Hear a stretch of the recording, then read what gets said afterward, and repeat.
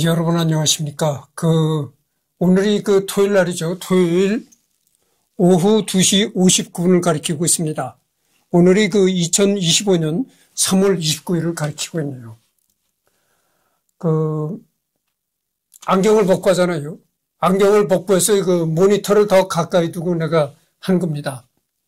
이 안경이 말이죠. 이 안경이 맞춘 지가 4년인지 5년인지 세월이 흘렀어요. 그랬는데 오늘 갑자기 일어나서 보니까 잘 보이던 모니터가 약간 안 보이는 거예요. 그래서 다시 현재 시력에 맞게 안경을 맞췄습니다. 택배로 한 3, 4일 후면 올 거예요. 그래서 내가 모니터를 더 가까이 두고 하는 겁니다. 그래서 안경을 벗고 하는 거예요.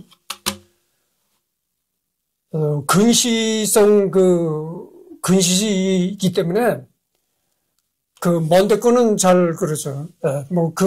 깊은 얘기는 하지 않겠습니다. 그래서 이제 이번 시간에는 독서 불가침 조약 여기를 할 차례인데요. 전번에도 내가 얘기했지만 이 메가더에 관한 자료가 엄청납니다. 도대체 이게 다 리딩을 하려면은 언제나 끝나려는지 모르겠어요. 한 50회나 60회까지는 충분히 나가야 되리라고 봅니다. 그러나 너무 오랫동안 또 이 메가더 장군을 하면은 여러분들도 지루할 것 아니겠어요. 그러니까 적당한 선에서 이렇게 생략할 부분은 생략하고 이래가지고 너무 오래 가지 않도록 하겠습니다. 해야 될 사람도 많고, 독일은 폴란드를 자신의 적수가 된다고 보지 않았다. 독일이 진정으로 두려운 것은 폴란드 침공 시 소련과 영국, 프랑스의 개입이었다. 내가 얘기를 했잖아요. 요즘에 폴란드가 한국에서 생산한 무기를 많이 사간다 이런 얘기를 했는데, 한국산 무기를 선호하는 데는 가격에 비해서 가성비가 뛰어나다. 이런 점도 있겠지만, 또 전통적으로 폴란드와 독일은 사이가 좋지 않습니다. 그러니까 한국과 일본처럼 이렇게. 그게 왜냐면은 독일의 히틀러 정권이 폴란드를 침략했어요. 제일 먼저. 그러니까 나치가 제일 먼저 일으킨 전쟁이 폴란드를 점령한 거다 이거죠. 그래서 그런 전력도 있어가지고 독일은 가깝지만 독일도 무기를 예전엔 독일이 전차라든가 이런 걸 상당히 잘 만드는 국가로 이름났었거든요. 그러나 가까운 독일은 마다하고 먼 한국에 와서 사가는 겁니다. 그래서 가성비라는 원인도 있겠지만 그런 원인도 있어요. 그러니까 독일과 폴란드 간에는 이 내재된 감정이 있다 이거죠. 좋지 않은 감정이 있다 거죠. 그런 점도 상당히 작용이 됐으라고 봅니다. 이 경우 독일은 1차 대전 당시 잠깐만요. 양면 전선을 재현하게 되기 때문에 독일은 적어도 소련만큼은 적대하지 않으려고 했었다. 마찬가지로 영국과 프랑스도 독일의 팽창주의에 맞설 생각으로 소련과 협상했다. 이전부터 소련은 서방과 독일 사이에서 어느 편에 서는 것이 자국의 이익이 될지 열심히 저울질하고 있었다. 왜냐하면 소련은 두 세력을 모두 불신하고 오히려 상당한 위협으로 인식했기 때문이다. 독일은 나치즘과 반소적 태도 때문에 적대 세력으로 인식되었고 영국과 프랑스는 독일과 소련을 싸움부쳐 두 나라를 약화시키려는 음모를 꾸미는 세력으로 인식되었다. 따라서 1939년 8월까지 서방과 독일은 각자 소련을 상대로 지대한 협상전을 이어갔다. 이때 영국과 프랑스보다 독일이 내건 조건이 훨씬 매력적이었으므로 1939년 8월 23일 소련은 독일과 전격적으로 독소 불가침 조약을 체결했다. 양국 임무장관의 이름을 따 몰로토프, 리벤트로프 조약으로 불린다. 이제 거칠 것 없어진 독일은 9월 1일 폴란드를 침공한다. 2차 대전이 개전한 것이다. 그래서 2차 대전을 개전시키면서 제일 먼저 침공한 나라가 바로 폴란드입니다. 그래서 여기 독소 불가침 조약이라고 나오잖아요. 그때 그 소련과 독일은 서로 침략하지 않는다는 불가침 조약을 맺었던 것이죠.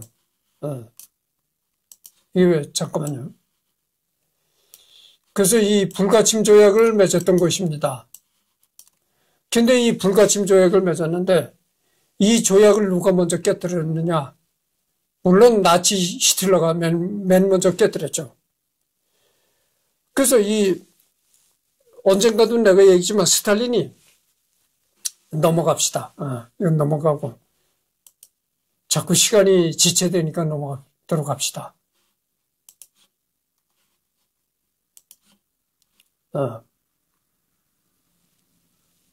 그래서 이제 독소 불가침 조약이 나오고,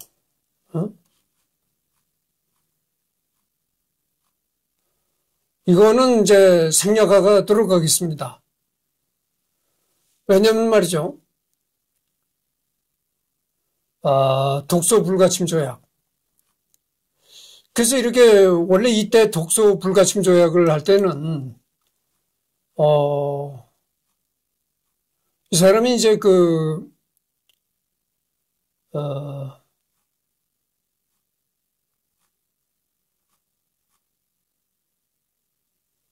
나치 독일의 외교관이다 이렇게 돼 있네요. 국가외무장관으로 유명했던 인물이다. 그래서 나치 외무장관을 했었던 이 사람인데 이 사람이 스탈린하고 이제 독소 불가침 조약을 맺었다 이거죠. 그러니까 독일과 소련은 서로 침략하지 않겠다. 평화롭게 살겠다. 이렇게 해가지고 이제 잠깐만요.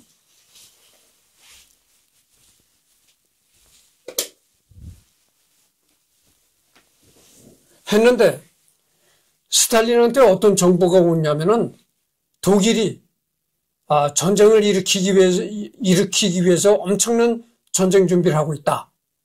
소련도 조심해야 된다. 이런 정보가 이 스탈린 귀에 들리는 거예요. 그래서 스탈린이 뭐라고 했냐면은 스탈린은 이 조약을 철저히 믿었던 사람입니다.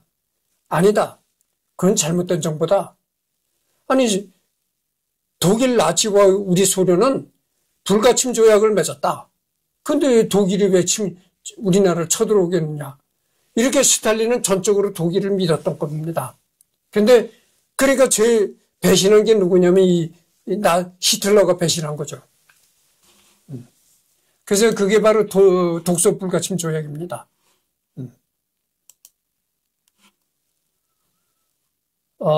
내포엄 결론. 이 독소 불가침 조약에 대해서는 자세한 얘기를 생략하도록 하겠습니다. 너무 자료가 많기 때문에 직접적인 관계가 없는 메가더와 직접적인 관계가 없는 얘기들은 대부분 다 생략하도록 하겠습니다. 어느 한 가지 해석으로 온전히 2차 세계대전의 발발 원인을 제대로 설명하지 못하며 이 문서에 기술된 내용을 전부 엮는다고 하더라도 힘들다. 이 문서의 대부분의 내용은 전간기를 배경으로 하지만 제1차 세계대전과의 강한 연관성을 의식한다면 최소한 19세기 중엽까지는 가야 한다. 사실 꼭 2차 대전 같은 큰 사건이 아니더라도 어떤 역사적인 사건 하나의 원인과 전후를 깊게 따지기 시작하면 정말 고구마 줄기 엮듯이 줄줄이 그리고 끝없이 여기저기서 딸려 나온다. 원인의 배경의 원인과 그 배경과 그 원인 하는 식으로 역사의 어느 특정 시점은 정말 과거의 여러 사건들이 얽히고 얽혀서 엮이고 엮여서 서로가 서로의 계기가 되고 원인이 되어 만들어진다. 하물며 전 세계가 엮인 2차 대전 같은 큰일은 정말 특정 어느 사건 하나가 원인이라고 하기 불가능할 정도로 방대하다. 비약과 과정을 보태면 그 원인이 인류의 탄생까지도 거슬러 올라간다는 농이 있을 정도라다.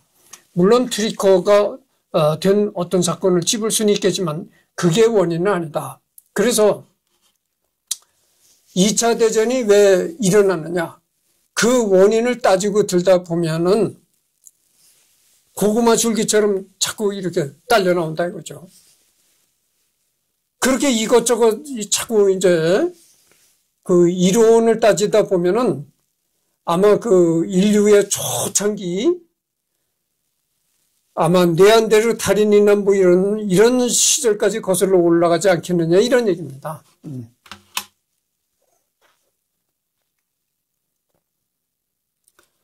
게다가 러시아 혁명 이후의 동유럽 정세를 파악하지 못한다면 독일이 프랑스 침공을 설명해도 독소전쟁은 파악하기 힘들다, 이런 얘기입니다. 그래서 제2차 세계대전 원인은 끝났습니다.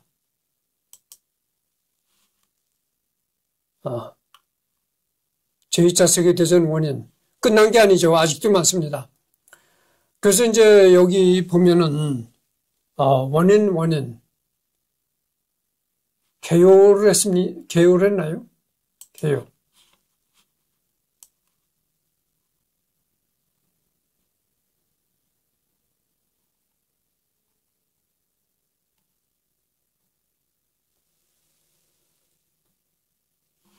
개요에 나와 있습니다. 개요.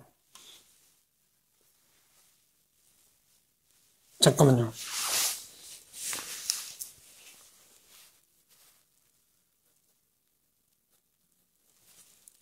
그래서 그 2차 대전에 관해서는 개요를 했고, 궁극적인 원인도, 그렇습니다. 파시즘 했고요. 파시즘은 생략했죠. 팽창주의적 민족주의를 해봅시다. 또 넘어가도록 하고. 국제연맹의 실패, 선진 제국주의와 후발 제국주의 충돌, 그 다음에 베르사유 조약의 내용의 가혹함과 모순, 그 다음에 대공황, 직접적인 원인, 여기를 해보도록 하겠습니다. 직접적인 원인.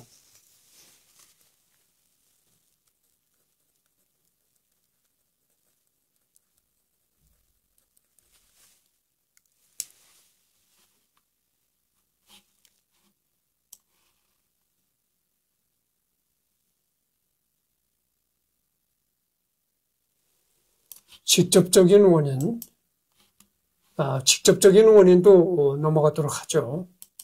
그다음에 히틀러의 집권도 넘어가도록 하겠습니다.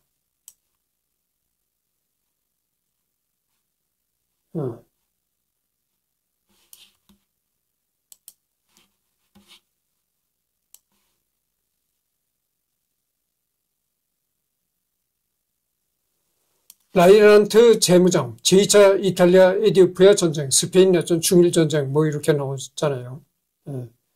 이제 넘어가도록 하겠습니다. 개요는 했죠. 그래서 대공황, 뭐 이렇게 되어 있습니다.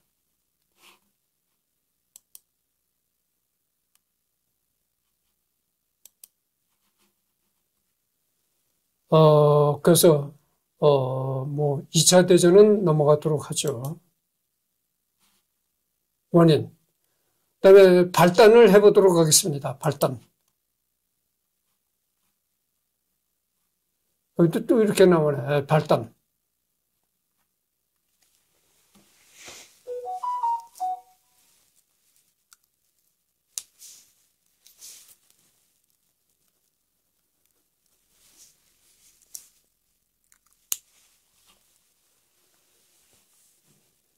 개요. 제2차 세계대전은 1939년 9월 1일 나치 독일이 폴란드 침공에 의해 발발하여 나치 독일, 파시스트 이탈리아, 일본 제국 3국을 중심으로 한 주축국과 이에 미국, 영국, 소련, 중화민국, 프랑스가 이끄는 연합국이 맞서면서 1945년 9월 2일 일본 제국이 항복할 때까지 총 6년 동안 이어진 대규모 전쟁이다. 단 중화민국은 1937년부터 일본 제국과 싸우고 있었으므로 중화민국의 실질적인 항전 기간은 8년이다. 제1차 세계대전 이후 21년 만에 일어난 세계대전인 이 전쟁은 인류 역사상 최대 규모의 전쟁으로 미국과 소련이 새로운 초강대국으로 부상하게 함과 동시에 전 세계 정치, 경제, 사회, 과학 등 다양한 분야에 지금까지 지대한 영향을 끼친 전쟁으로 평가받는다. 그래서 이 제2차 세계대전을 치르고 미국과 소련이 세계 최강대국이 되었다고 하죠. 서른. 지금은 최강대국이라고 하면은, 미국과 중국이라고 볼 수가 있지만, 이때만 해도 중국은 상당히 미개할 때고, 그래서 이제, 그렇습니다. 서른. 유럽이 이렇게 전쟁이 휩싸였죠. 그리고 동양은 일본이 일으킨 전쟁으로 조선뿐만이 아니고, 중국의 만주 지역, 그 다음에 소련 사할린도 그렇고, 동남아 쪽으로다가 필리핀 여러 섬들을 다 이제, 일본이 집어먹었죠.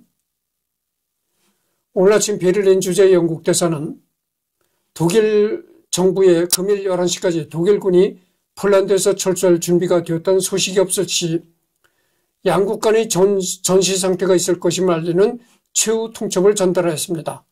지금 저는 독일국 정부로부터 이 통첩에 대해 아무런 답신이 없었으며 그 결과 우리나라는 독일과의 전쟁에 돌입하였음을 말씀드려야겠습니다. 그러니까 독일이 폴란드를 침공하니까 너네 독일에서 손 떼어라. 그렇지 않으면 영국은 독일을 상대로 전쟁을 선포한다. 그러나 독일이 폴란드에서 철수했습니까? 그러니까 자동적으로 영국은 독일과 맞서 싸우겠다 선포한 거죠. 네빌 체인벌린 당시 영국 총리 대독일 선전포고. 영국 총리가 이제 본격적으로 독일과 선전포고를 했던 것입니다. 제2차 세계대전은 대체로 1939년 9월 1일 나치 독일이 폴란드 침공을 시발점으로 보는 시각이 지배적이다. 제1차 세계대전의 패전국이었던 독일은 나치당의 집권 이후 베르사유 조약의 준수를 거부하고 급격한 군 재무장을 시행하며 대독일주의 이념에 기반한 팽창주의적 행보를 보이기 시작했다. 독일은 폴란드 침공 이전부터 오스트리아 병합과 미넨 협정 등으로 주변국들을 흡수하며 영국, 프랑스와 지속적인 마찰을 빚고 있었으며 이탈리아 왕국, 일본 제국과 함께 주축국을 형성하여 제2차 세계대전을 일으키고 세계 각지를 군사적으로 장악해갔다. 국제질서를 뒤흔드는 격동 속에서 당시 전세계 모든 강대국들이 전쟁에 개입해서 연합국과 주축국이라는 상호 적대적인 두 군사동맹이 생겨났다. 이 전쟁에서 공격적이었던 주축국 진영은 나치독일, 이탈리아 왕국, 일본 제국 3국이 이끌었으며 방어와 반격 측이었던 연합국 진영은 미국, 영국, 소련, 중화민국, 프랑스 5국이 이끌었다. 30개국 이상에서 수천만 명이 넘는 군인이 참전하고 유례없는 수준의 물자와 자원이 총동원되었으나 애초부터 사실상 연합국에 비해 주축국은 상대적으로 국력이 부족했다. 제국주의 열강인 이탈리아 왕국이 생각보다 전쟁에서 크게 활약하지 못하면서 주축국은 전쟁 초반부의 빠른 승세 이후 정체되었으며 특히 나치 독일의 성공적이지 못한 소련 침공과 일본의 기습으로 인한 미국의 참전이 결정타가 되면서 빠르게 몰락했다. 가장 먼저 졸전을 거듭하던 이탈리아 왕국이 종전보다 2년 앞서 베니토 무솔리니를 축출하고 항복해 연합국으로 진영을 바꿨으며 나치 독일은 연합국이 노르망디 상륙 작전과 바그라티 온 작전으로 서동 양쪽에서 반격에 돌입하자 급격히 전황이 어두워졌다. 결국 독일은 1945년 봄 베를린 공방전에서 수도 베를린이 함락되던 중 아돌프 히틀러가 피로 붕커에서 권총 자살을 한 후 얼마 지나지 않아 항복하였으며 마침내 마지막 주축국이었던 일본 제국도 미국의 히로시마 나가사키 원자폭탄 투하로 핵폭격을 맞고 소련의 침공까지 겹치자 쇼와 대노가 오금 방송을 통해 연합국에 대한 무조건 항복을 선언하며 2차 세계대전은 연합국의 승리로 끝나게 되었다. 쇼와 대노라는 건 일본 천황이죠.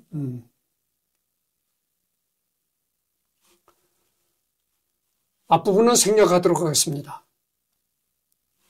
총 5천만 명에서 8천만 명의 인명이 희생되고 가공할 재산 피해를 발생시킨 이 전쟁으로 인해 오랜 시간 세계를 지배한 제국주의와 유럽의 식민 제국들은 완전히 몰락했다. 기존의 열강이던 독일, 프랑스, 이탈리아 등은 전쟁으로 완전히 박살나버렸고 승전한 최후의 대규모 식민 제국인 대영 제국 또한 대전에서 막대하게 소모된 국력으로 인해 세계 무대에서 뒤로 물러날 수밖에 없었다.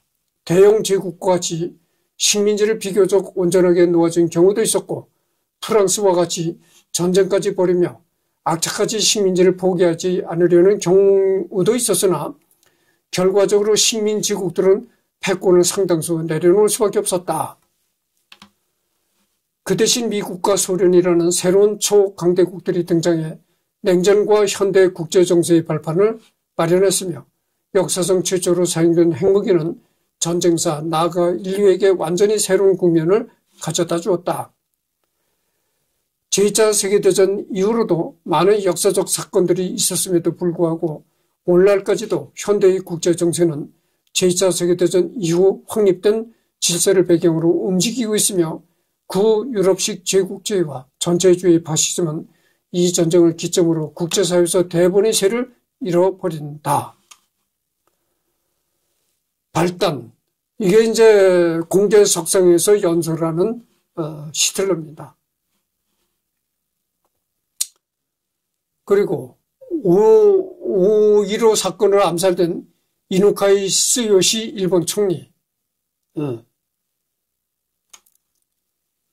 제2차 세계대전, 그러니까 일본과 독일이 이제 제2차 세계대전을 일으킨 것이죠. 일본은 동양에서 동양을 거의 다 집어먹다시피 했고, 그 다음에 히틀러는 전 유럽을 다 이제 집어먹다시피 했던 거죠. 제2차 세계대전이 일어난 원인은 제1차 세계대전의 패배로 인한 독일 제국의 무기력한 붕괴와 대공황으로 인한 전 세계적인 불안, 소련으로 대표되는 사회주의 세력의 확대된 불안 등 명확하지 않고 복잡하다. 일반적으로 대공황에 따른 경제위기로 부상한 파시즘과 이에 따른 베르사유 조약에 대한 바이마르 공화국의 반발 및 기존 세계 질서에 만족할 만한 패권을 가지고 있지 않던 일본 제국과 이탈리아 왕국의 보상 심리가 원인으로 알려져 있다. 결론적으로 제1차 세계대전의 수습과 전후 정리 과정에서 현실과 미래를 예단하지 못한 이해 당사자들의 인지 부조화가 쌓이면서 터진 제1차 세계대전의 연장선상에 있는 전쟁으로 보는 의견이 학계의 주류로 올라섰다. 이 문단에서는 제2차 세계대전이 발발하기까지 세계가 어떤 과정을 겪었는지에 대해 서술하고 있다. 혼란한 독일과 나치 집권. 그래서 이제 나치가 독일에서 집권한 게 직접적인 원인이죠. 독일에게 불필요한 굴욕을 주고 그들이 복수할 마음을 품게 해서는 안 된다. 제1차 세계대전 당시 영국 원정군 사령관 더글러스 헤이거. 1921년은 게벨스처럼 사회생활을 시작하는 초년생에게는 최악의 시기였다. 전쟁 배상금 때문에 독일의 경제 성장은 기대할 수도 없었다. 랄프 게오르크 로이트.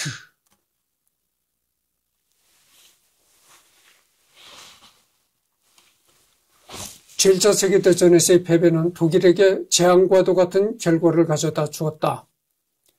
독일 제국이 멸망하고 탄생한 새로운 독일의 바이마르 공화국은 시작부터 숱한 순환을 겪어야 했다. 특히나 기존 독일 영토의 상당 부분이 뜯겨나가는데 독일 제국의 영토를 뜯어나가는데 가담한 국가만 폴란드, 프랑스, 덴마크, 리투아니아, 벨기에, 체코슬로바키아로 총 6개국에 달했다. 이 중에서 폴란드는 가장 많은 독일 제국의 영토를 편입한 국가였다. 폴란드 분할로 멸망한 폴란드가 갑자기 신생국가로 독립해버리자 독일은 발트해와 면한 해안 영토를 폴란드 회랑이라는 폴란드의 해안 영토로 빼앗기고 독일 본토 지역과 동프로이센이 폴란드에게 가로막히게 되었다. 알자스 로렌과 같은 민감한 주요 요충지 또한 프랑스에게 넘겨야만 했다. 베르사유 조약으로 인해 라인란트 명백한 독일의 영토인데도 불구하고 프랑스의 위협이 된다는 이유로 강제로 비무장화되었고 독일의 군대는 공군의 보유가 일제 금지되며 10만 명이라는 극도로 제한된 규모만이 허용되었다. 하여튼 넘어가도록 하겠습니다. 이렇게 독일 시민을 총칼로 위협하는 프랑스군입니다. 프랑스와 또 나치가 전쟁을 했죠. 근데 결과가 어떻게 됐습니까? 프랑스도 나치한테 항복을 했던 거죠. 그래서 이 독일의 나치가 폴란드도 집어먹었지, 그다음에 프랑스도 집어먹었던 거죠. 시내를 활보하는 프랑스군 전차들, 프랑스도 용감하게 싸웠지만은 역부족이었다, 이런 얘기입니다. 독일 시민을 폭행하는 프랑스군. 프랑스군이 독일 시민을 이렇게 때리는 장면이죠. 1922년 말 독일이 배상금으로 지급할 예정이었던 석탄과 목재가 6개월 가까이 연체되자 배상위원회는 독일의 채무 불이행을 선언했고 1923년 1월 프랑스와 벨기에는 배상금을 직접 받아내겠다는 명목으로 엄연한 독일의 주권하에 있던 루르 공업지대를 군대로 무력 점령하기 이른다.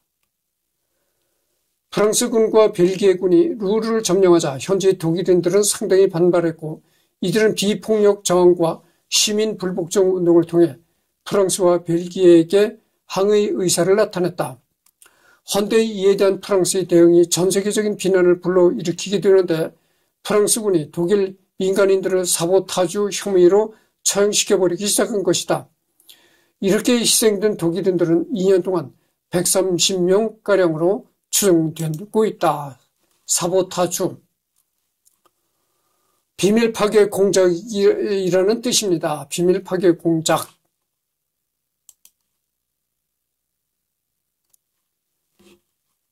유럽 한복판에서 평시에 외국의 민간인들을 처형한 이 사건이 일파만파 알려지자 프랑스 정부는 맹렬한 국제적 비난에 직면하게 되었다.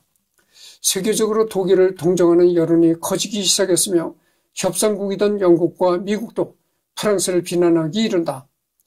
프랑스의 동맹인 폴란드와 체코슬로바키아는 독일과 경제적으로 연계된 점과 프랑스의 이런 행동이 독일이 소련과 더 긴밀한 관계를 맺게 만들 것이라는 우려 때문에 점령에 반대했다.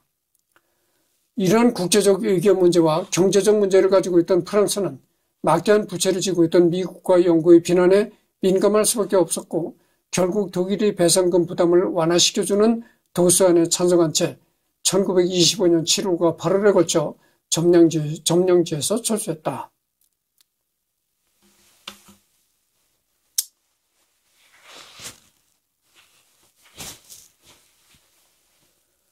그러니까 한때는 프랑스군이 독일 지방에도 점령했었지만은 이거는 일시적이죠. 일시적이고 결국 프랑스는 독일에게 이제 항복했던 것이죠.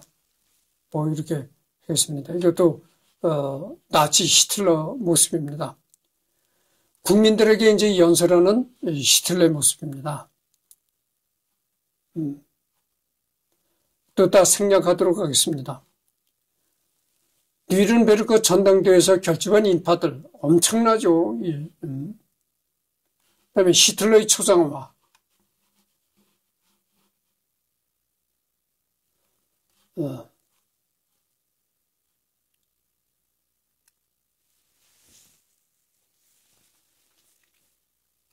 일본 제국의 군국주의화. 한편 일본 제국은 메이지 유신 이후 성공적인 근대화를 이룩하며 많은 발전을 일으켜냈다. 청일전쟁에서 승리하여 타이완섬을 얻고, 타이완섬이 지금의 대만이잖아요. 대만도 일본이 차지했었던 것입니다. 러일 전쟁에서의 승리를 통해 남사할린과 대한제국을 병합하기 이르렀다. 제1차 세계대전 시기에는 전쟁으로 바쁘던 유럽 국가들을 상대로 많은 수출을 하여 경제적으로도 아시아의 신흥공업국으로 떠오르며 경제적 부와 다이쇼 데모크라시로 민주주의와 정치적 자유를 맞이하며 전성기를 누릴 수 있었다. 그러나 대전의 종전 이후 유럽 국가들이 숨을 고르며 다시 생산력을 되찾자 유럽, 미국 등 서방에 비해 열등한 품질을 가진 일본의 산업은 경쟁력을 잃고 수출이 축소되기 시작했고 서구 열강들은 아시아의 새로운 열강으로 올라선 일본 제국을 서서히 견제하기 시작했다.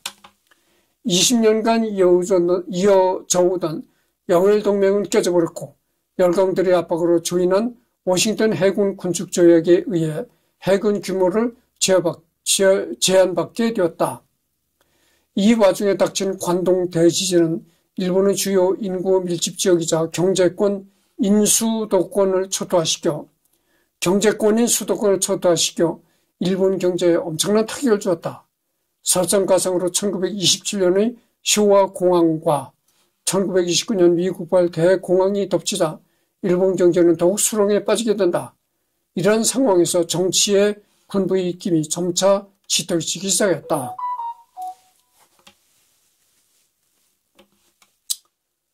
극우 보수 세력과 청년 장교층은 국민들의 불만 감정을 앞세워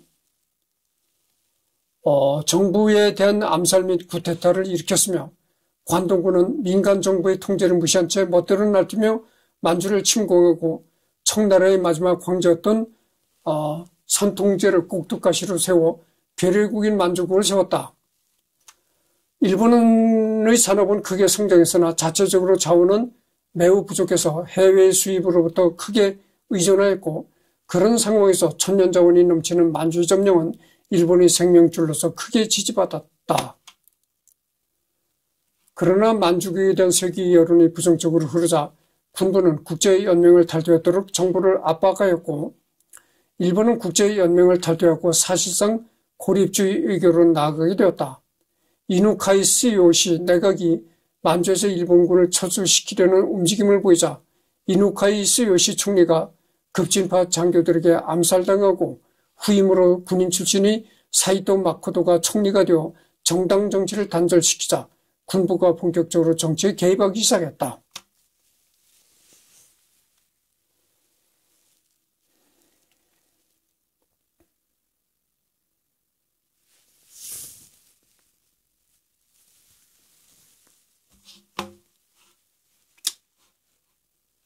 그때 당시 말이죠. 일본이 만주를 집어먹을 때 이누카이 스요시 총리가 만주에서 일본군을 철수하려고 했다는 것입니다. 그랬다가 이 총리가 군부의 급진파들한테 이제 암살을 당한 것이죠. 황도파의 대표적인 인물인 아라키 사다오 육군 대신. 이게 이제 육군 대신입니다. 그리고 이게 이제 통제파의 대표적인 인물인 도조 하데키 내각 총리 대신 이렇게 됩니다.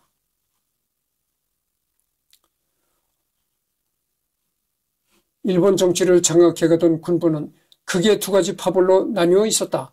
하나는 황도파로 이들은 일본의 모든 재벌, 기득권 등을 타파하고 쇼와 천황에게 전권을 부여하여 국가적인 개조를 실시하자는 일명 쇼와 유신을 주장하는 세력이었고 다른 하나는 통제파로 이들을 황도파의 주장에 크게 반대하며 자본주의와 입헌군주제 유지 강화를 주장했었다. 황도파가 주장하던 쇼와 유신은 1930년대 극우 사상가들의 목표로 일본의 부패한 기득권층을 처단하고 천황의 모든 권력을 집중시키자는 매우 국가주의적 사상이지만 2.16 사건 당시 진군하는 황도파 군인들, 그래서 이거는 여러 가지 또 생략하도록 하겠습니다. 이런 걸 다 읽어내려 갈라였다 보면 이게 한이 없어요. 근데 2차 대전이, 일본이 2차 대전을 일으킬 당시에 일본 군부가 정치에 많이 가담했다는 겁니다. 정치에 군부 입김이 강하게 작용됐다는 거죠. 그러니까 쉽게 말해서 일본 군부가 정치 군인화되어 있었다고 하죠. 그래가지고 일본 군부가 정치에 막강한 입김을 집어넣고, 그래가지고 일본 군국주의가 이제 생겼고, 그 일본 군국주의가 이제 동양 전체를 집어먹으려는 야심을 갖고 전쟁을 일으켰다. 이겁니다. 그래서 이거는 또 생략하도록 하겠습니다. 여러분들 그래서 일본이 항복할 때 누가 항복을 받았나요? 메가더가 항복을 받았잖아요. 메가더가 배 위에서, 군함 배 위에서 아마도 일본 외무, 그때 당시 일본 외무 대신인지 아마 일본 총리 대신인지 하는 사람한테 함상에서 항복 문서를 받았던 것입니다. 여기 보면은 히틀러와 함께 차를 타고 가는 군중을 향해서 이제 히틀러와 함께 가는 이제 무솔리니죠, 무솔리니.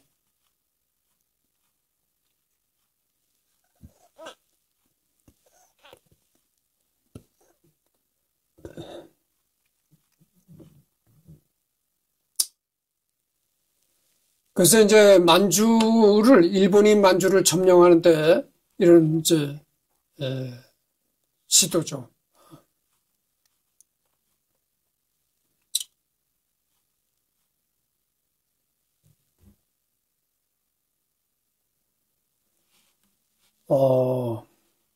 분견 장제스는 더 이상 일본의 침략 경위를 참을 수만은 없었고 루산 성명을 발표해 일제히 침략에 끝까지 항전할 것을 선언했다.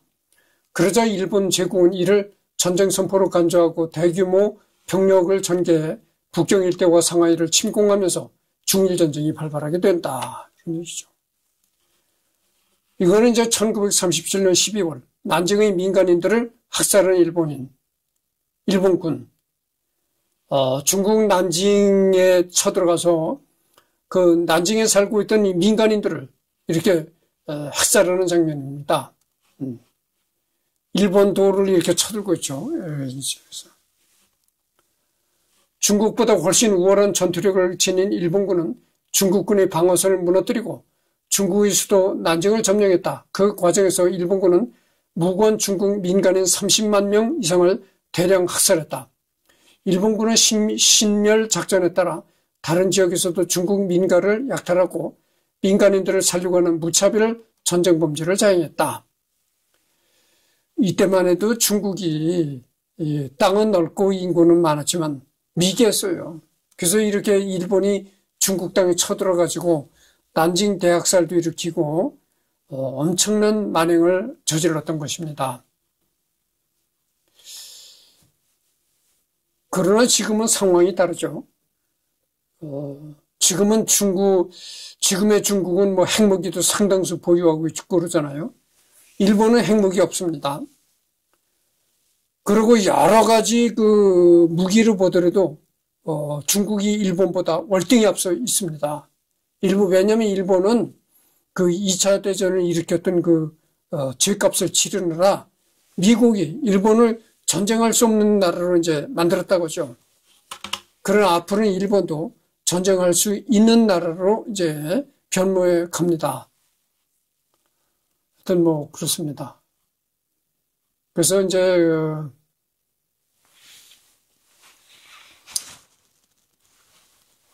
여기 보면 나치 독일의 팽창이 나오고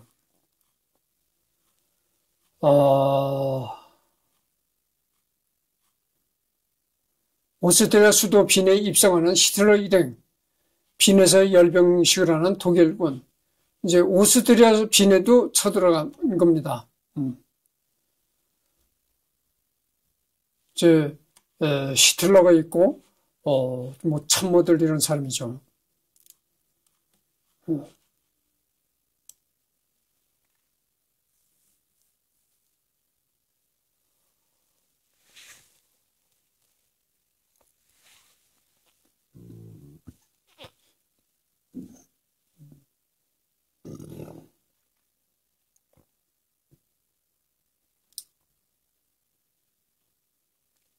그래서 여하튼 이거는 생략하도록 하겠습니다. 그래서 2차 대전이 이제 생략하고 발단, 뭐 혼란한 독일과 나치 집권, 뭐 이런 것도 다 생략하도록 하고,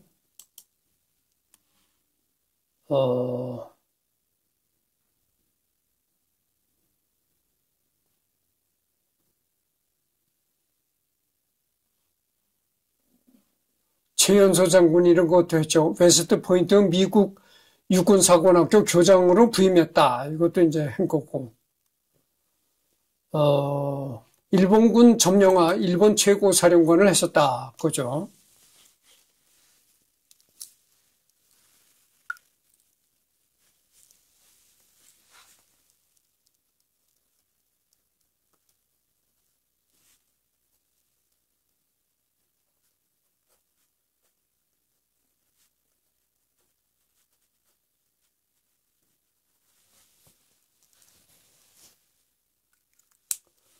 그래서 지금 40분을 경과했습니다. 끝내야 되겠습니다. 하여튼 여기 보면은, 최고 사령관, 더글러스 맥아더, 매튜 리지 웨이, 뭐 이렇게 나옵니다. 그래서 하여튼 이것도 생략하고 넘어가도록 하겠습니다. 그래서, 맥아더 장군은, 일본을 이제 미군이 점령했으니까, 일본에 주둔하고 있는 최고 사령관으로서 맥아더가 임명되었다 이겁니다.